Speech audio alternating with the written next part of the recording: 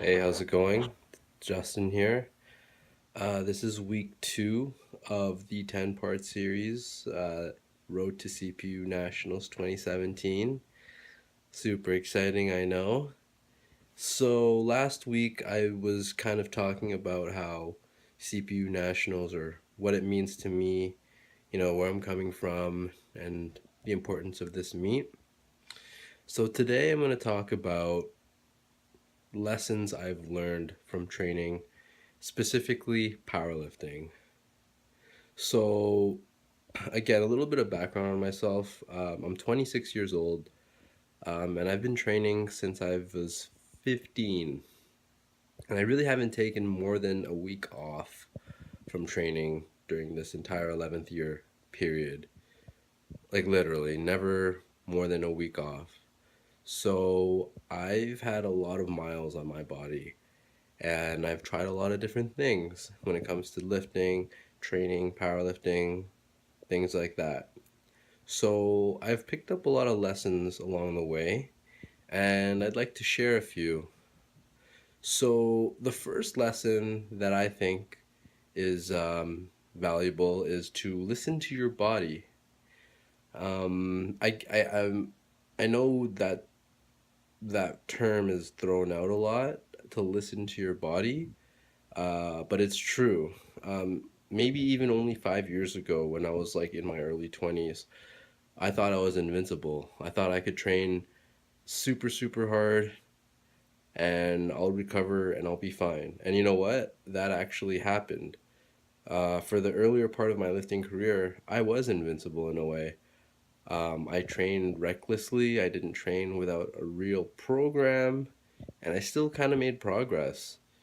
Um, but I had to kind of learn the hard way myself that through injury, of course, that you aren't invincible and time will catch up.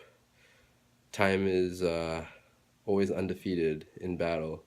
So, yeah, that's one big key learning that I had to learn the hard way, unfortunately, through different injuries of my own, that you're not invincible and that your training should kind of, or your programming should, I guess, account for that fact that you are not invincible.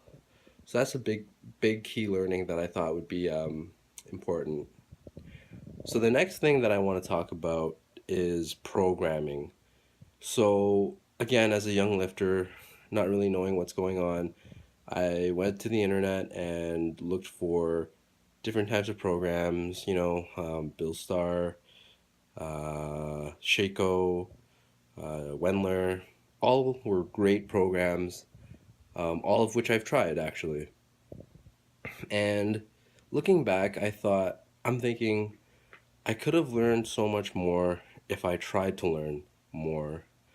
What I mean by that is that there's a lot of value in not only following a structured program, but also trying to learn, you know, from the program itself. So, what I mean by that is when I did those programs, Chico 531, Bill Star, I just plugged through the numbers. Like, I just looked at the numbers and did them and went home. That's all I did. I think looking back, I could have tried to, understand on a deeper level, what part of these programs were working for me and what part of these programs weren't. So I would be able to, I guess, apply those principles to whatever programming I would be doing in the future. So I would run maybe 3 months of 531. I'll be stronger, but I wouldn't know why. I would just be happy that I'm stronger. So for any younger lifters who are running these programs, I would suggest really taking in what you're doing and try to learn from those programs and kind of assess what parts of it were working for you, what parts of it wasn't working for you. So I think that's really important. And so to switch gears, I guess, another big learning that I had from powerlifting is regarding competition. And nowadays, the fact that everyone's connected through Facebook, Instagram, YouTube, it's really easy to look and see other people doing great things.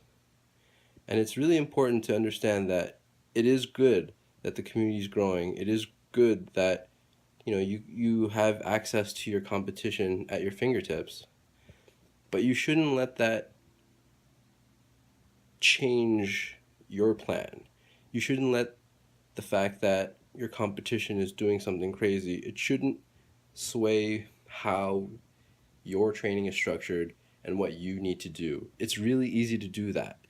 It's really easy to see, you know, top lifters hitting a huge number and for you to want to up your numbers in the gym because of what you see, because of what you've seen. But in my opinion, and again, this is just my opinion, you should really just take it as one step at a time based on yourself and not let others dictate your progress, because your progress is your progress, and if you take it one step at a time, things will go your way eventually. That's my belief, and I think that's really important, an important thing to understand, and especially at this time, as CPU Nationals comes closer and closer, it's really important to understand that your competition is your competition.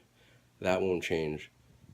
You don't have any, I guess, power over how they're going to train. You're going to see them on the competition day.